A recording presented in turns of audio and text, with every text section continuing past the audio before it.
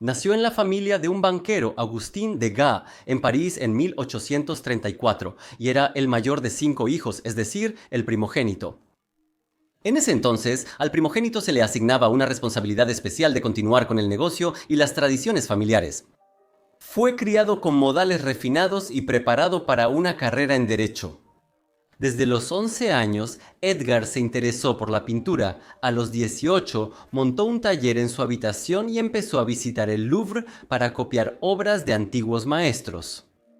A los 19 años, en 1853, Degas, presionado por su padre, entra a derecho, pero estudia sin dedicación. Ese camino no le gusta.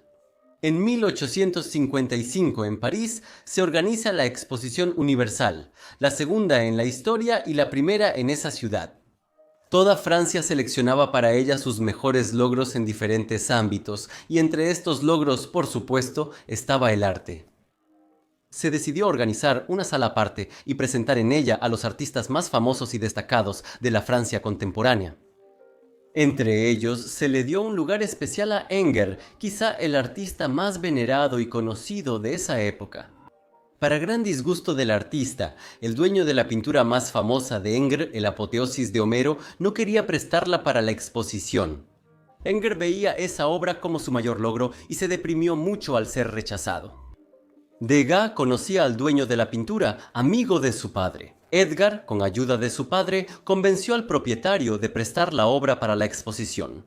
Emocionado y contento, el divino Ingres aceptó recibir al joven Salvador, lo agradeció calurosamente y le dio aquel famoso consejo que Degas seguiría toda su vida. Dibuje líneas y más líneas, joven, tomadas de la realidad o de la memoria, y se convertirá en un buen artista. En otoño de 1855, Edgar convence a su padre y entra a la Escuela de Bellas Artes, donde estudia dibujo con Ulli Lamotta, logrando éxito e inspirándose en el estilo de Ingres. Desde entonces mostró su enfoque especial hacia el arte. Él decía: "Me parece que si una persona quiere dedicarse seriamente al arte hoy en día y ocupar un lugar original en él, o al menos conservar intacta su individualidad, necesita soledad". A Degas no le gustaba que los artistas copiaran el estilo y los temas unos de otros. En su opinión, eso diluía su individualidad. Aunque, como ustedes mismos verán, él seguirá los postulados de Ingres durante mucho tiempo. Este enfoque lo hará un miembro único de la banda de los impresionistas e incluso, en cierto modo, un marginado. Él será el único que siempre trabaje en el taller, aunque pintar al aire libre, en plein air, sea la nueva oportunidad y principal experimento de los impresionistas en 10 años. Y ya aquí vemos el comienzo de esa misma falla tectónica que, al final, separará a Degas y a los demás artistas revolucionarios. En 1856, Degas viaja a Italia, copia obras de grandes maestros y perfecciona su técnica, mostrando mayor interés por el clasicismo. Pasará allí 3 años, pero a diferencia de sus colegas, a él le atraen los detalles secundarios de las pinturas, los personajes secundarios o incluso solo las cabezas, como retratos independientes. Y al regresar de Italia, continuó copiando a los grandes maestros en el Louvre. Se instala en un estudio en París y comienza a trabajar en la primera pintura que quiere presentar en el Salón de París. El Salón de París era la única exposición anual de artistas en el mundo, como una feria. Miles de artistas enviaban sus obras. Un jurado estricto que no toleraba libertades y vigilaba el cumplimiento de los cánones academicistas aprobaba o rechazaba las pinturas. Las pinturas rechazadas recibían una marca especial, eran descartadas y al artista le costaba mucho conseguir clientes. Participar en el Salón de París era la única manera para que los jóvenes artistas lograran éxito y fama. La aprobación del jurado influía directamente en la popularidad del artista y en el valor de su obra. Por eso, todos los artistas aspiraban a entrar al salón, y Degas no era la excepción. El joven artista comienza a trabajar en el retrato de la familia Bellelli. Aunque terminó la pintura tras 8 años, la analizaremos detenidamente ahora. Veremos los primeros intentos de Degas por alejarse del clasicismo, donde las poses y composiciones eran estrictamente determinadas. Miren, es un retrato, pero en la pintura solo una de las hijas mira al espectador. Las demás están ocupadas entre ellas. La segunda niña está sentada en la silla de forma natural con una pierna doblada. Y solo eso para esa época ya era casi una revolución. Ella no adoptó la postura formal de una pequeña aristócrata, sino que simplemente está sentada como una niña común. El padre la mira y la baronesa mira hacia algún lugar lejano. Se crea la sensación de una fotografía casual, cuando solo uno de los presentes alcanzó a notar al fotógrafo y lo miró. Precisamente este enfoque, que el artista aún está explorando de manera intuitiva, pronto se convertirá en su sello distintivo.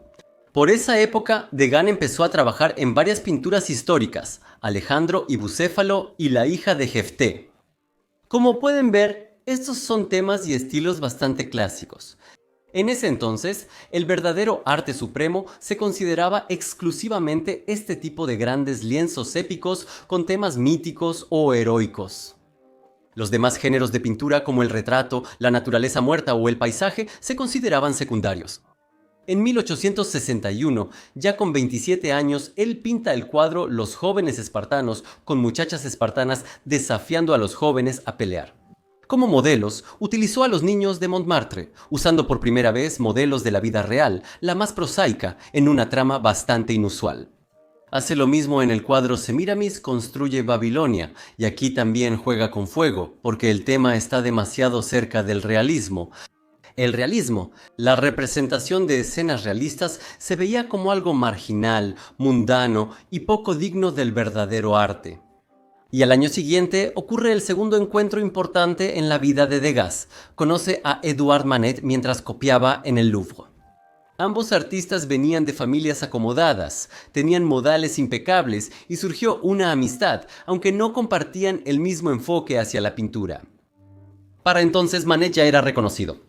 Al año siguiente, en el 63, él pintará y exhibirá en el salón su famoso Desayuno sobre la hierba, que la Academia ridiculizará y el público quedará indignado. Lo explico a detalle en el video sobre Manet, véanlo por favor. Solo diré que la forma en que Manet trató el tema fue escandalosa. Sin embargo, después de ese escándalo, Manet se volvió tan famoso que su propio nombre atraía la atención a todo lo que hacía.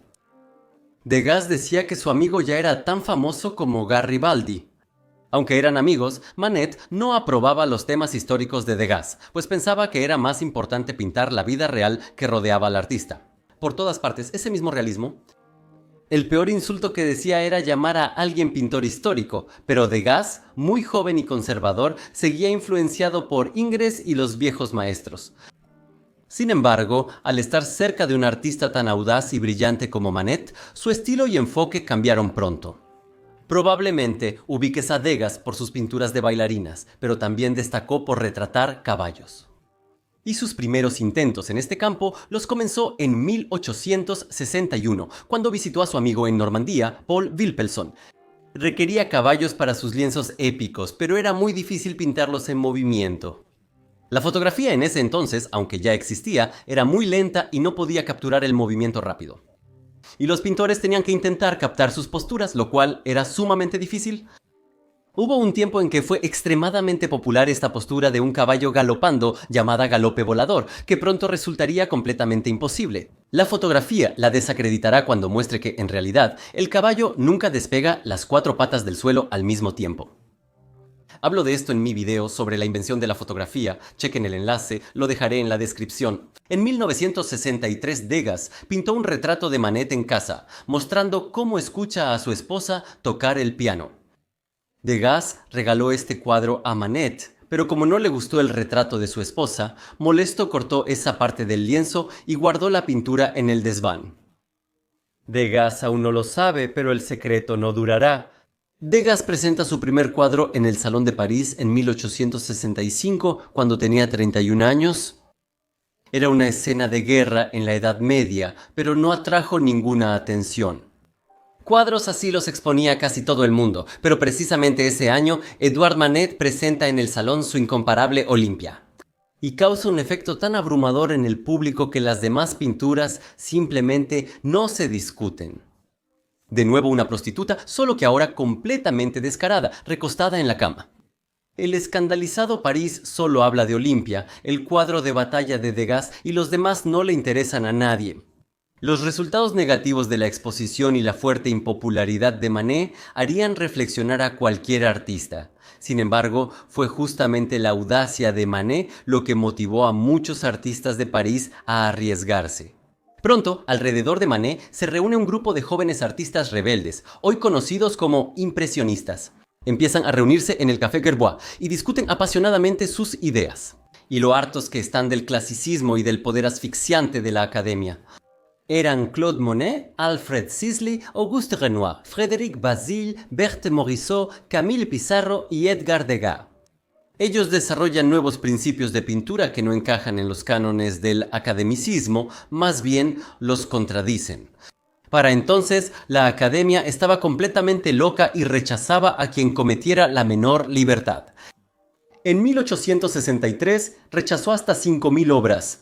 La indignación entre los artistas llevó a que Napoleón, tras recibir quejas, ordenara crear el Salón de los Rechazados, donde se expusieron las pinturas no aceptadas por el salón oficial, y este salón atrajo más público que el oficial.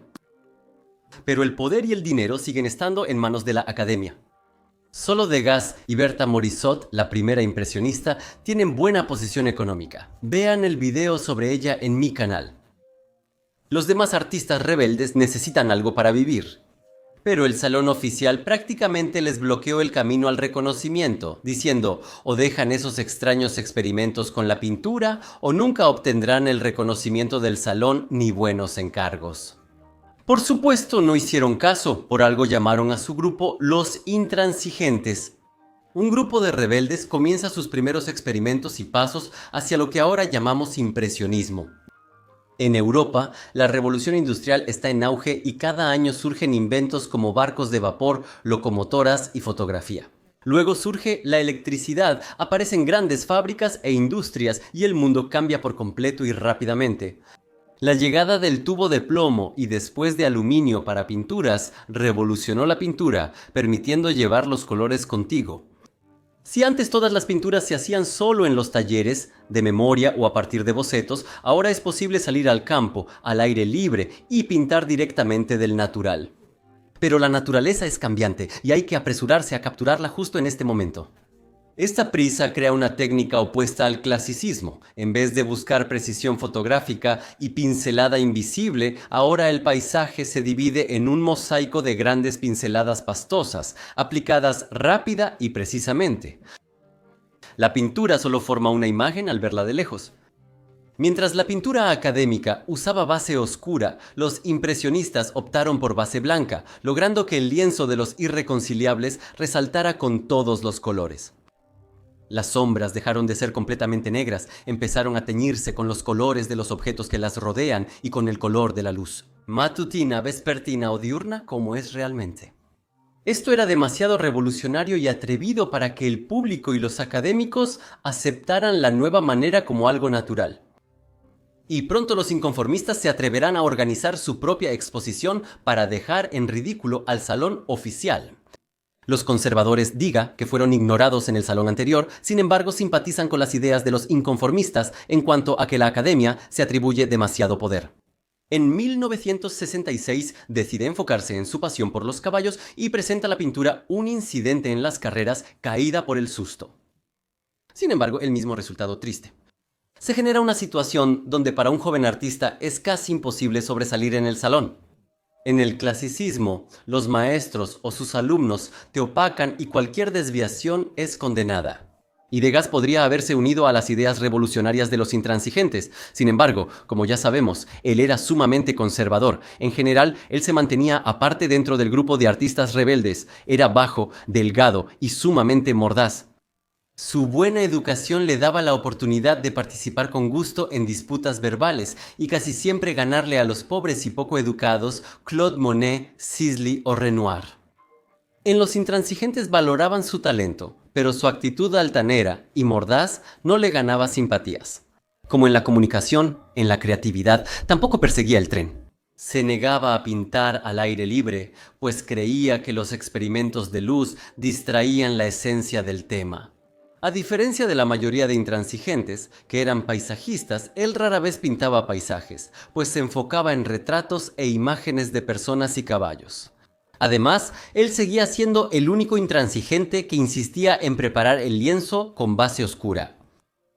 Con la tenue luz de la lámpara de aceite del taller, podía aplicar manchas claras sobre fondo oscuro y ver de inmediato el equilibrio de la composición, algo que una base clara no permitía, obligando a los artistas a pintar intuitivamente y componer sobre la marcha, en vez de por ensayo y error. Degas a veces borraba y corregía sus cuadros muchas veces, mientras que para los futuros impresionistas la corrección de una pincelada era prueba de un error, de la imperfección de la técnica del artista y de la firmeza de su mano. Nunca corregían sus cuadros porque creían que eso sería corregir las impresiones del artista, y estas no pueden ser falsas. Como pueden ver, Degas, por su enfoque y actitud hacia los intransigentes, era más un antiimpresionista. ¿Por qué lo incluyen entre ellos y por qué se juntaba con esos pobres intransigentes? Degas también buscaba nuevos enfoques. Permaneciendo fiel a los principios del clasicismo, ponía énfasis en la búsqueda de nuevas imágenes modernas, como ya viste en el retrato de Bellely. En su diario, él anotaba los principios que debía seguir. Convertir los estudios académicos en bocetos que capturen los sentimientos modernos. Dibujar cualquier objeto cotidiano en uso, inseparablemente ligado a la vida de las personas modernas, hombres o mujeres. Por ejemplo, corsés recién quitados que mantienen la forma del cuerpo. ¿Entiende? A él le atraía el realismo más auténtico, despreciado y rechazado por la academia. A la vez, Degas seguía técnicas académicas. Este conflicto interno llevaba a Degas a la contradicción y, como otros inconformes, eligió el principio sobre la tradición. Degas veía su misión como pintar cosas casuales de tal manera que nosotros, al mirarlas, imagináramos el resto.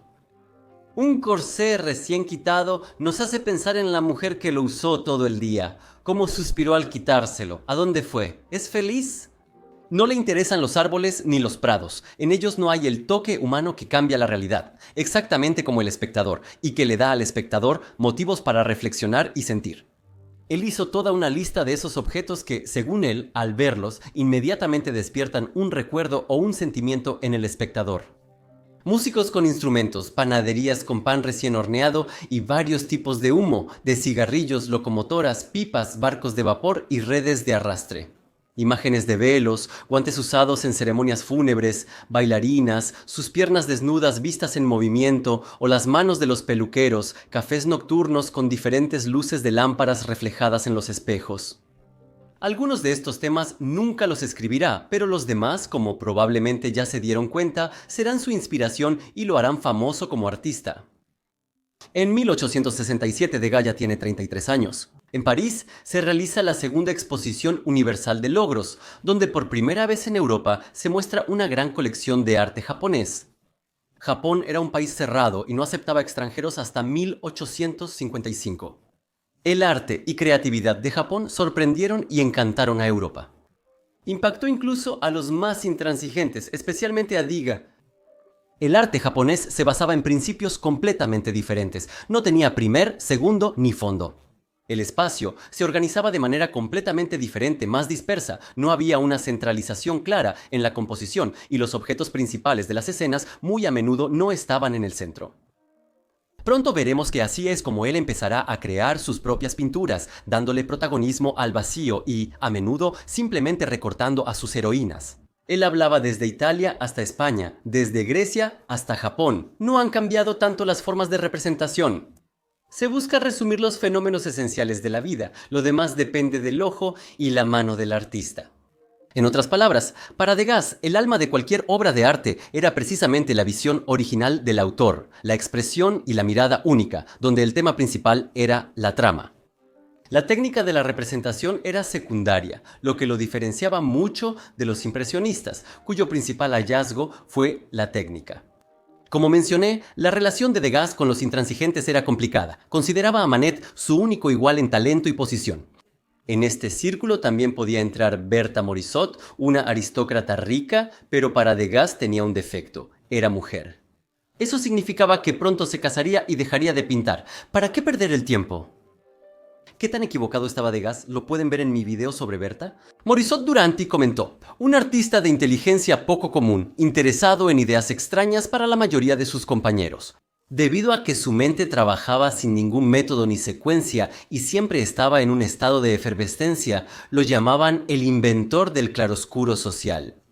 Los mismos intransigentes decían que Degas era un impresionista que experimentaba no con la naturaleza, sino con escenas humanas, completando así el retrato de su personalidad. Cabe mencionar que también defendía fervientemente que el arte no es para las clases bajas. No vale la pena desperdiciarlo vendiendo copias de pinturas famosas por 13 sus. Como la mayoría de los intransigentes eran de clases bajas, comentarios como los de Degas no le daban popularidad entre ellos. El único que realmente era afín a Degas en espíritu era Manet, pero incluso con él, Degas terminó peleándose completamente. En 1868, ambos artistas devolvieron todos los cuadros que se habían regalado. Al ver el retrato recortado de Madame Manet, Degas se enfureció y volvió a unir una parte del lienzo para restaurar el trozo arrancado, pero nunca completó su propósito.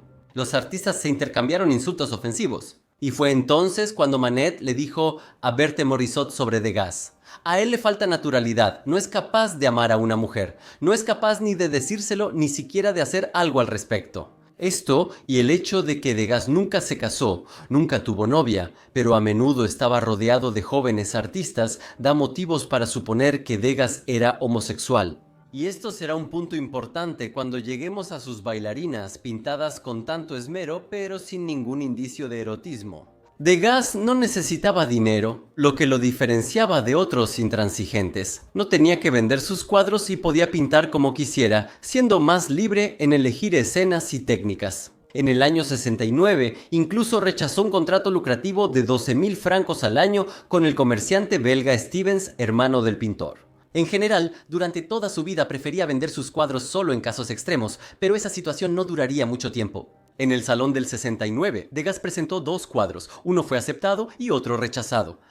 Él se entristece mucho y se va a Italia, y al regresar cambia su firma, Degas. En ese momento tiene 35 años y renuncia al aristocrático Degas y lo une en una sola palabra, Degas, como lo conocemos tú y yo. Hasta hoy, el Salón del año 70 será el último del viejo imperio francés. Ese año comenzó la guerra franco-prusiana, Napoleón atacó a Prusia, fue derrotado rápidamente y el conflicto llegó a París. Degas se une a la Guardia Nacional para proteger su ciudad natal. Y es aquí, durante los tiroteos, donde por primera vez le diagnostican problemas de visión. Por ahora, solo del ojo derecho, pero a los 40 años Degas verá mal y a los 57 ya no podrá leer. Él mismo se daba solo unos pocos años, por eso tenía mucha prisa. Esto también se verá en su obra. Los objetos en sus pinturas serán más grandes, las líneas más claras y decididas, y empezará a usar pastel, que es más fácil de trabajar. Degas estaba muy interesado en la ópera, más bien no en la ópera en sí, sino en lo que ocurría detrás del escenario.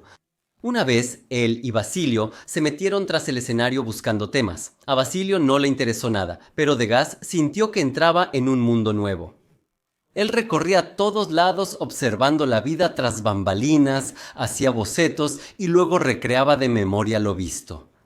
La vida detrás del escenario de la ópera le dio una nueva fuente de inspiración. Se hizo amigo del músico de orquesta Desiré Digo y lo retrató en varias composiciones, donde al fondo se muestra el escenario y los músicos con sus instrumentos están en primer plano.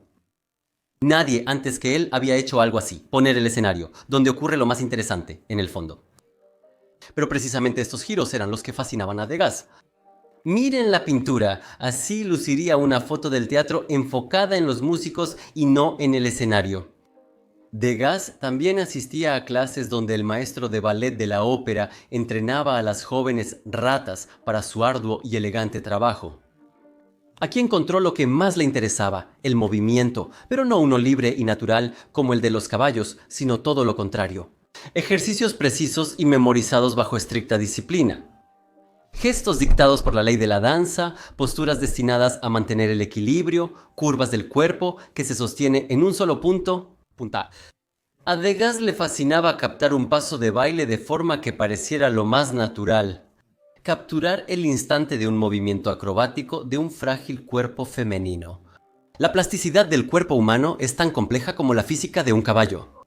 Cuando los expertos en arte dicen que sus pinturas carecen de alma, en muchos aspectos tienen razón. Porque a Degas no le interesan las chicas en sí, lo que le fascina es la posibilidad de transmitir el movimiento, la luz, la ligereza, como las vemos en la vida real en el escenario, pero congeladas como si estuvieran atrapadas en hielo.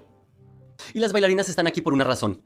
Ellas, como acróbatas aéreos, pueden adoptar posturas y posiciones que están al alcance de una persona común y al mismo tiempo son precisas hasta el último milímetro. Y quizá, si Degas hubiera sentido un interés erótico por sus modelos, no las habría visto con la pureza, precisión y técnica que logró como artista.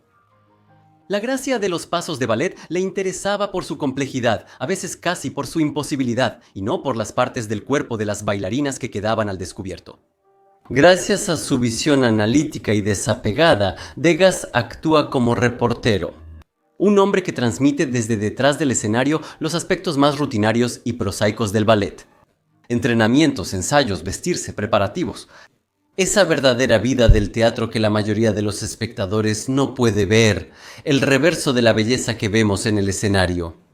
Y en ese sentido, Degas también es un narrador y cantor de la belleza no teatral, sino de la verdadera, con el calor de los corsés y las zapatillas de punta desatadas. Y claro, esos temas son muy interesantes para el público que no conoce lo que ocurre tras el telón. Fíjense que en las pinturas de Degas, en primer plano, muy a menudo hay objetos secundarios que tapan parte de la escena. Él ideó primero este recurso destacando lo momentáneo y lo casual de un instante azaroso. Esa es otra característica de las pinturas de Degas. Nadie antes lo había hecho.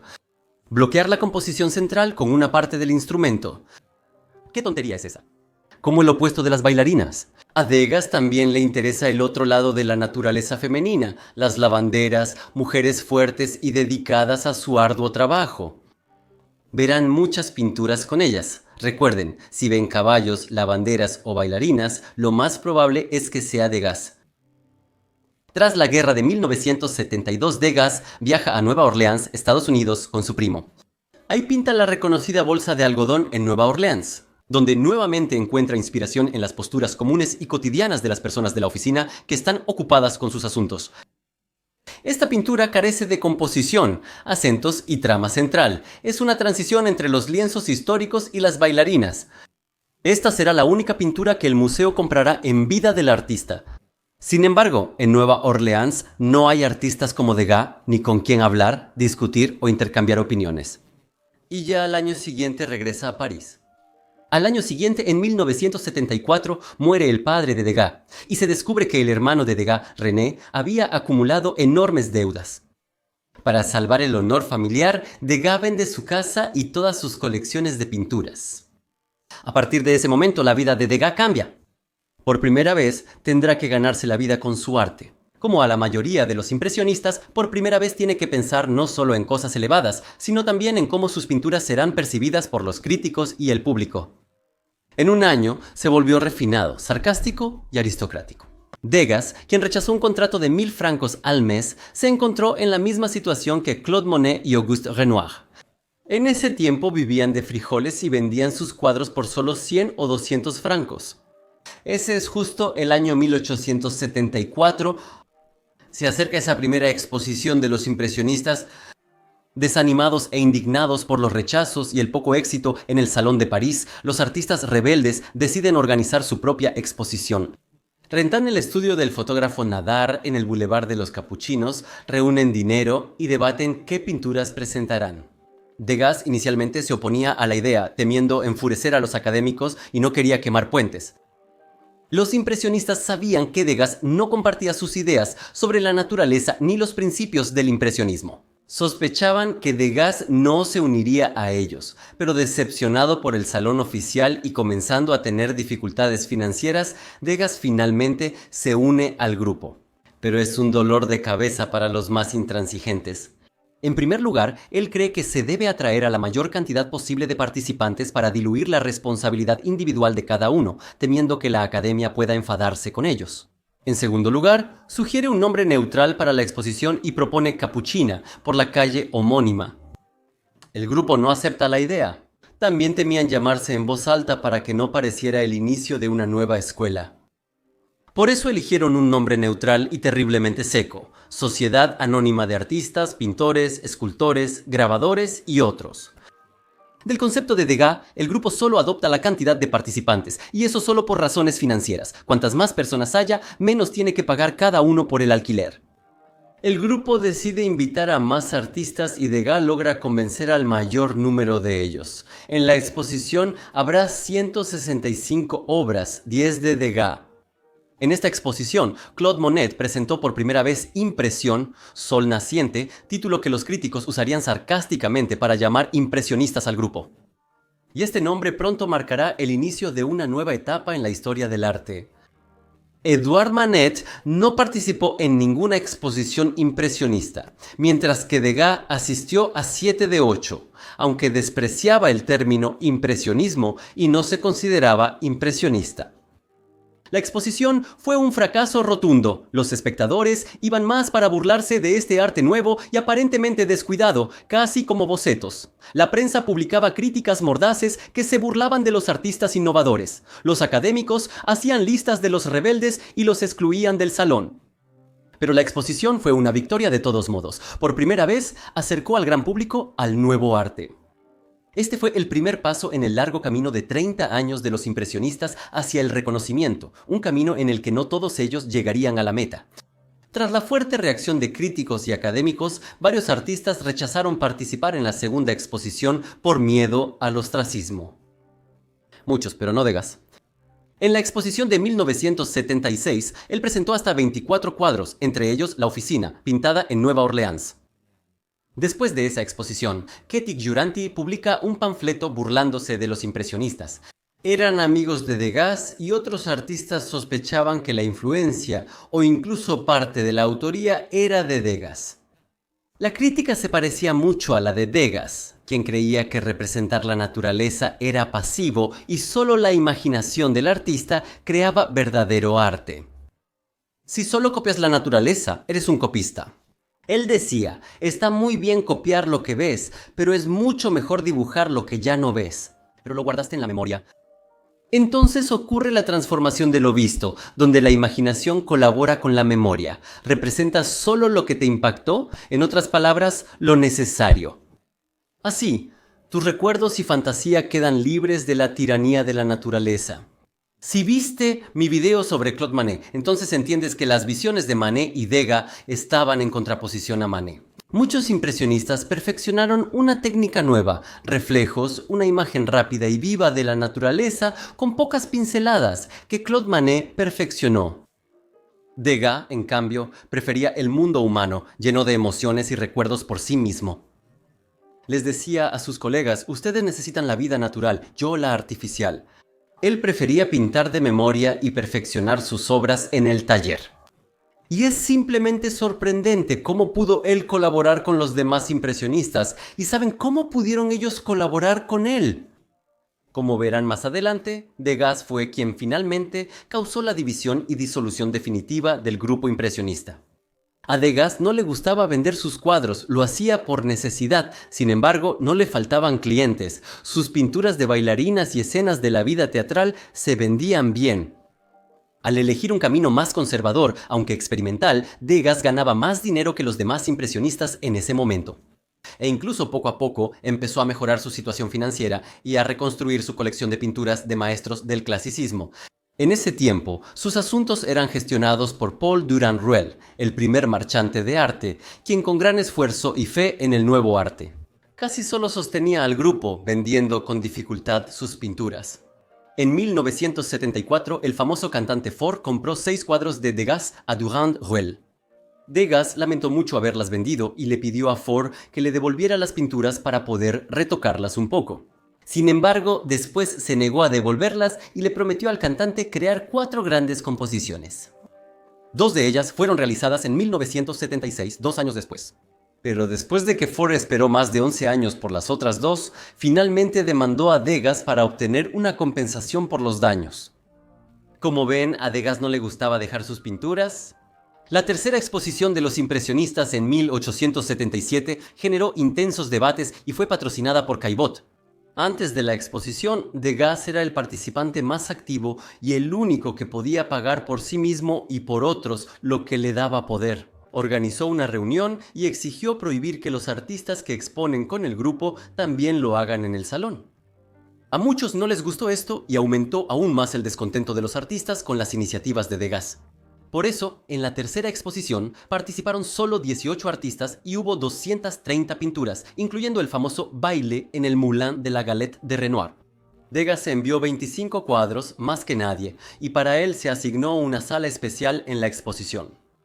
Para entonces, el nombre impresionistas ya era común, y los artistas querían llamar a la exposición Exposición de los Impresionistas.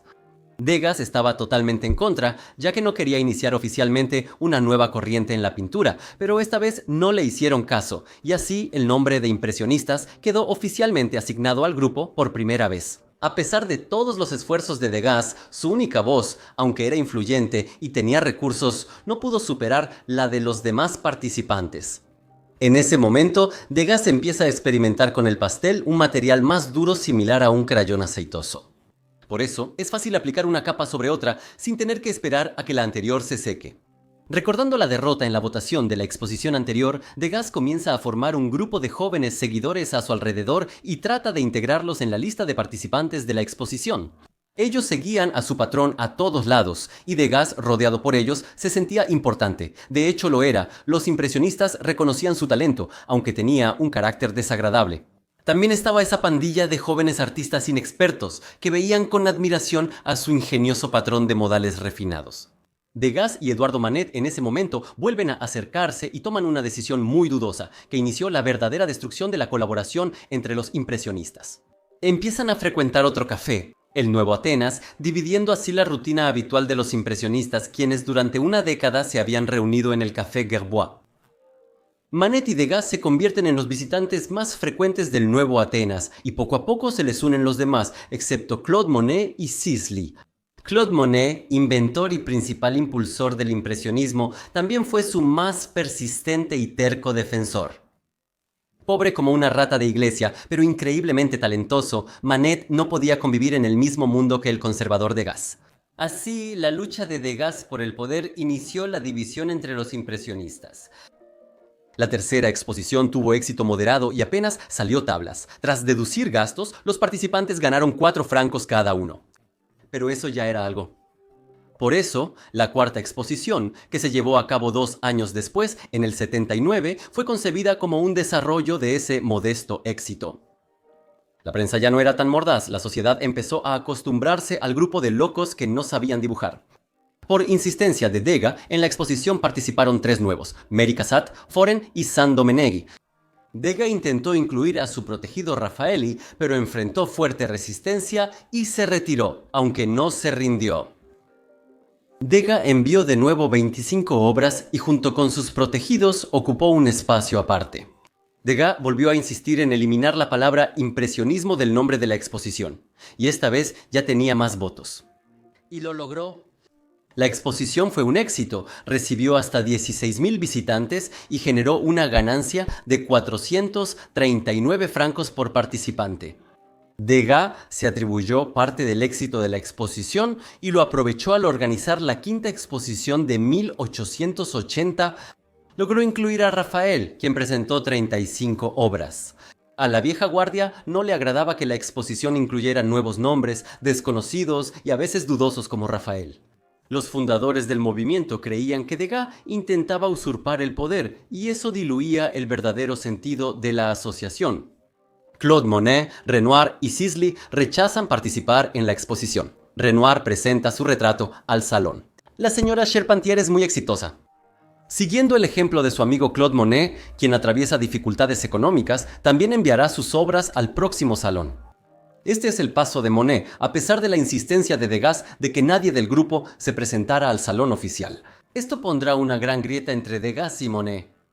Degas reaccionó con desprecio a esta decisión de Monet, cuyo cuadro dio nombre al movimiento impresionista. Pero Monet necesitaba de qué vivir. A diferencia de Degas, él solo ganaba dinero con sus pinturas, no tenía nada más. Monet intentó explicarse. Pero Degas respondía con indiferencia arrogante, viendo solo traición y compromiso repugnante con el arte oficial. Así era Degas, temía enfadar a los académicos y evitaba llamar impresionismo a su arte, pero también criticaba a sus amigos por no ser lo bastante estrictos con ellos. Degas, de 46 años, seguía perdiendo la vista. Por eso él ahora se dedica a la escultura. Él modela en cera y comienza su primera estatua famosa, que pronto causará sensación en París. Es la famosa pequeña bailarina y él promete enviarla a la sexta exposición, pero nunca lo hace. La sexta exposición pudo no haberse realizado, porque demasiados de los artistas fundadores que tenían algo de fama se separaron. Los demás estaban en la tristeza, deprimidos por la actividad tóxica de Degas, quien diluyó sus filas con una generación joven, a veces de calidad bastante dudosa. De una comunidad de personas afines, el grupo se convirtió en un conjunto de artistas con estilos completamente diferentes, y los impresionistas ya no entendían qué representaban como grupo. De los 7 impresionistas fundadores, solo quedaban 4. Caillebotte, escribe Pizarro. Degas generó desacuerdos en nuestro círculo entonces. Es una lástima que tenga un carácter tan desagradable y pase el tiempo hablando en las nuevas Atenas o en la alta sociedad. Nadie duda que tiene razón en lo que dice y habla de pintura con gran ingenio y sentido común. Ahora menciona sus necesidades materiales, pero no reconoce que Renoir y Monet también puedan tenerlas. ¿Era distinto antes de perder su dinero? Pregúntele a quienes lo conocen, incluyendo usted. No, ese hombre es amargado. Si Degas quiere participar, que lo haga, pero sin la compañía que arrastra consigo. Degas, hablando con Caillebotte sobre Manet y Renoir, pregunta con arrogancia: ¿aún recibes a esa gente en tu casa? La actitud despectiva hacia sus antiguos compañeros sorprende a Caillebotte, quien escribe: usted mismo ve que aunque tiene talento, no tiene gran corazón. Al final, Caillebotte también se separa, y la sexta exposición se lleva a cabo con un grupo muy reducido. Degas envió 5 cuadros y una escultura. La pequeña bailarina, que causa un verdadero furor, asusta a la gente. Como una muñeca vudú, tiene cabello humano real, falda y ropa. Da una sensación escalofriante y todo París no habla de otra cosa. Él la hizo de cera y esta figura estará toda la vida en su taller. Muchas veces le ofrecieron fundirla en bronce, pero Degas se negaba diciendo: dejar algo fundido en bronce es una responsabilidad demasiado grande. Este material es eterno. En general, los impresionistas tenían gran discordia y la sexta exposición casi fue la última si no fuera por Durand-Ruel. Caillebotte les prometió a los impresionistas que convencería a Degas de rechazar a Rafael, pero él está totalmente en contra. Caillebotte escribe: anoche, Degas, furioso, me dijo que preferiría irse él mismo antes que rechazar a Rafael. Cuando estudio fríamente su situación durante estos 10 años en los que han organizado exposiciones, veo que el número de impresionistas aumenta, que su talento crece, al igual que su influencia. Pero en cuanto a Degas, su influencia se vuelve cada vez más perjudicial. Cada año, por su culpa, uno de los impresionistas es excluido para ceder su lugar a algún don nadie o a un alumno de la escuela oficial. A pesar de toda mi buena voluntad, no quiero hacer el papel de bufón ante Rafael y esa compañía. No convence a nadie, nadie quiere volver por Degas. Deciden excluir a los partidarios de Degas de la exposición y como respuesta, Degas también rechaza participar. Pero eso de todos modos no convence a nadie, porque los fundadores del grupo ya están demasiado divididos y no quieren tener nada que ver con todas esas disputas. Ahí interviene Durand-Ruel. Les escribió a todos los impresionistas con una petición personal y no pudieron negarse. El grupo se reunió con la antigua formación excepto Degas y sus seguidores. Y la séptima exposición de los impresionistas será la más representativa, madura, y mostrará al mundo del arte que el impresionismo ya ha ganado peso, ha madurado y no va a desaparecer. La exposición tuvo críticas moderadas pero positivas. Durand-Ruel pedía 2.000 francos por las pinturas de Sisley y las de Bertha Morisot costaban entre 500 y 1.200 francos. En este contexto, Degas, excluido de la exposición, por primera vez decide vender sus pinturas a Durand-Ruel y él compra varias de inmediato. Durand-Ruel vendía bien las pinturas de Degas y le gustaría hacerlo regularmente, pero Degas lo veía humillante, aceptar dinero por sus obras. Un hombre totalmente imposible. En 1883 muere Edouard Manet, y esto es un gran golpe para el grupo. Aunque Manet no se consideraba impresionista ni participó en exposiciones, tuvo gran influencia en ellos. Este evento trágico afecta especialmente a Degas, quien ahora queda completamente solo. La exclusión de Degas de la exposición y perder la batalla que inició minaron su confianza. Para ese momento, Degas se había apasionado mucho por la fotografía y a menudo usaba fotos como bocetos para sus pinturas. Algunos artistas ya lo hacían en esa época, pero Degas era quizá el más ferviente adepto de este método. Actualmente, casi nadie pinta del natural. Los artistas fotografían a sus modelos y luego pintan desde la foto. Y Degas fue el primero. En este periodo surge otra característica de sus cuadros, los personajes recortados. Los artistas nunca habían hecho eso. ¿Para qué incluir medio personaje en la escena? Una foto casual inspiró a Degas este tema y enfoque aún popular hoy. Un momento capturado que se resalta aún más por la presencia en el cuadro de objetos que parecen estar ahí por casualidad. Mientras tanto, surgió una nueva generación de artistas. El impresionismo, despreciado durante más de 10 años, dio origen a un enjambre de nuevas corrientes. Degas también experimenta de nuevo, trabajando en una serie de cuadros de mujeres bañándose en la tina. Si normalmente estas escenas se pintaban cuando las mujeres adoptaban posturas estrictamente determinadas por el artista, Degas ideó un nuevo enfoque. Ponía la tina en su taller y pedía a las modelos que se bañaran y actuaran como si estuvieran solas.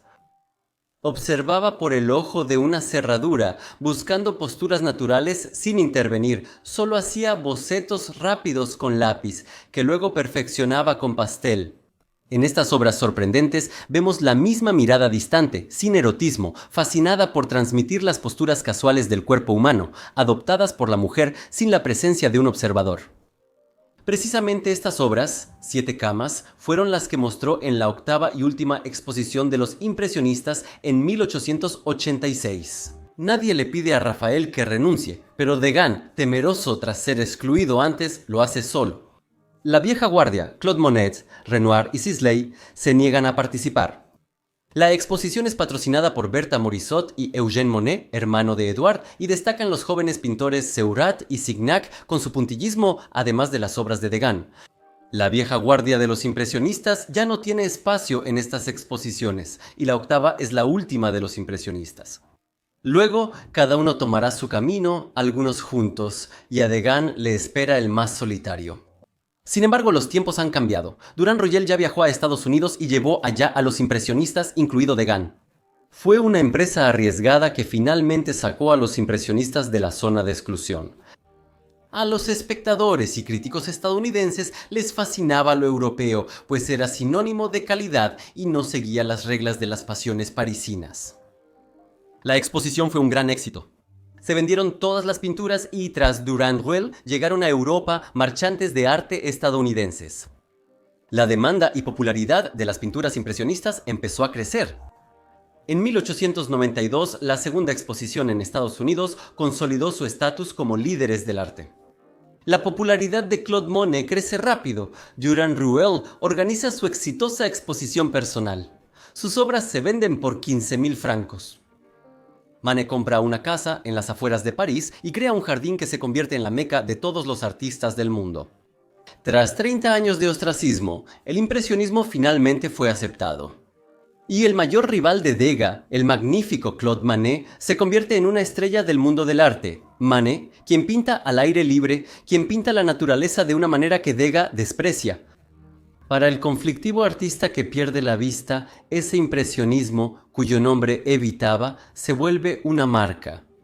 La vida demuestra que Degas estaba equivocado. Sus pinturas son muy populares, ya que es uno de los impresionistas con gran talento. Sin embargo, la visión debilitada impide que Degas pinte al ritmo habitual. Simplemente no puede seguir el ritmo increíblemente productivo de Manet, y poco a poco se concentra en esculpir figuras. Las manos de Degas aún logran lo que sus ojos ya no pueden.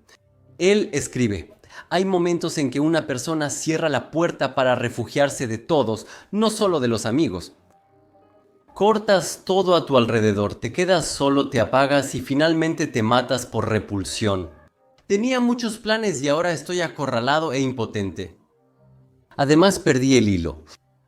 Siempre sentí que todavía tenía tiempo por delante, que aún haría todo lo que no hice, todo lo que no me dejaron hacer. En los momentos más difíciles, a pesar de la enfermedad de mis ojos, nunca perdí la esperanza de algún día ponerme a hacerlo. Guardaba mis planes en un armario y siempre tenía la llave, pero ahora la he perdido.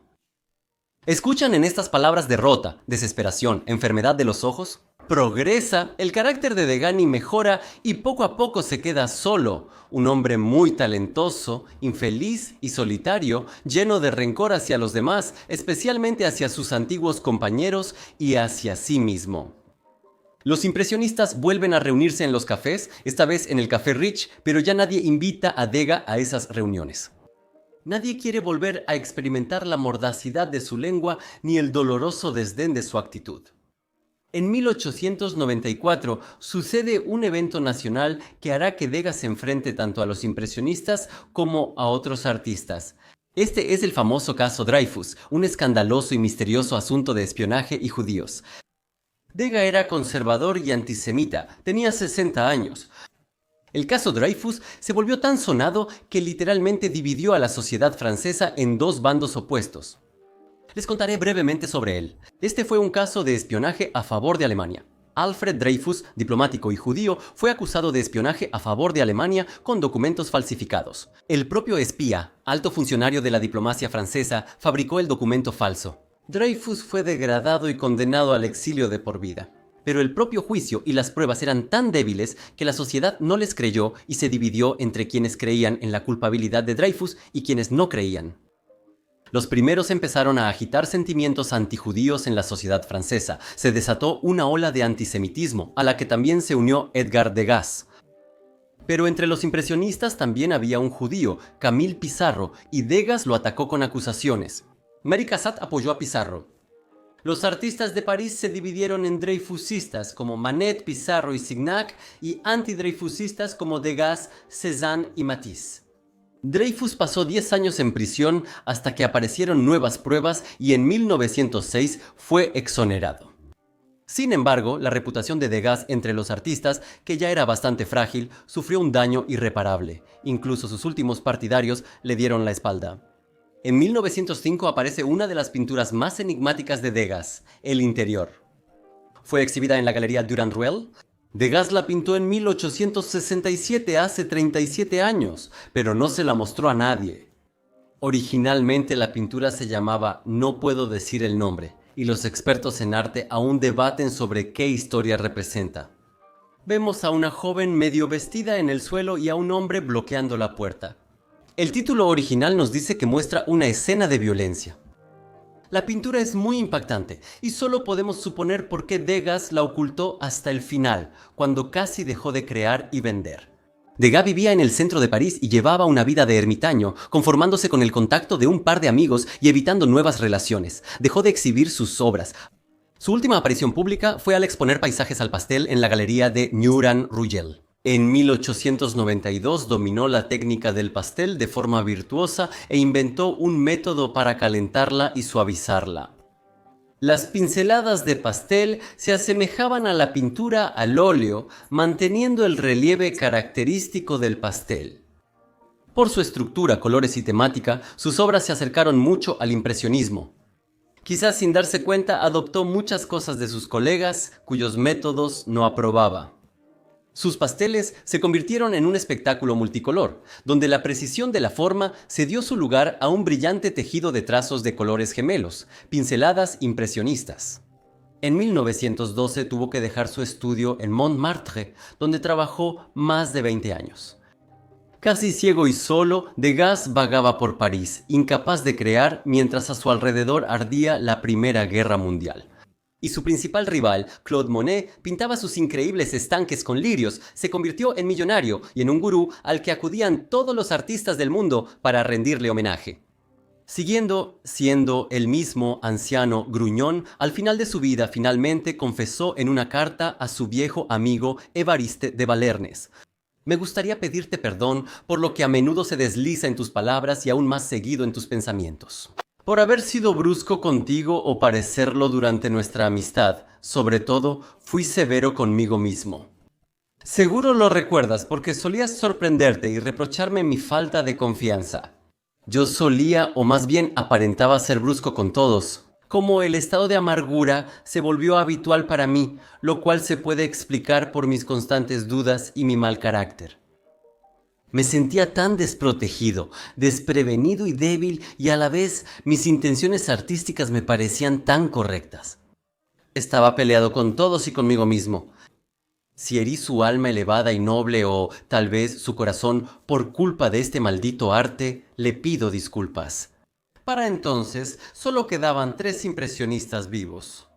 También estaba perdiendo la vista por cataratas. Claude Monet ya era el artista más famoso de la época. Renoir, encorvado por la artritis y pintando atando el pincel a su mano, y Degas, que dejó de crear lleno de remordimientos, perdiendo la vista, pero reconocido como uno de los grandes. Murió a los 83 años en 1917 por causas naturales. Tras una vida larga y llena de acontecimientos, Degas, pese a su carácter difícil, fue uno de los pilares del impresionismo. Aunque, por supuesto, él nunca lo habría admitido. Tras su muerte, los herederos hallaron en su taller 150 figuras de cera desconocidas, en las que trabajó toda su vida pero nunca mostró. Los herederos consideraron las figuras clave en el legado del artista y en 5 años fundieron 74 en bronce. Las demás, lamentablemente, estaban en un estado aún más deplorable que su autor en sus últimos años. Estas figuras y sus pinturas están en los museos más grandes del mundo.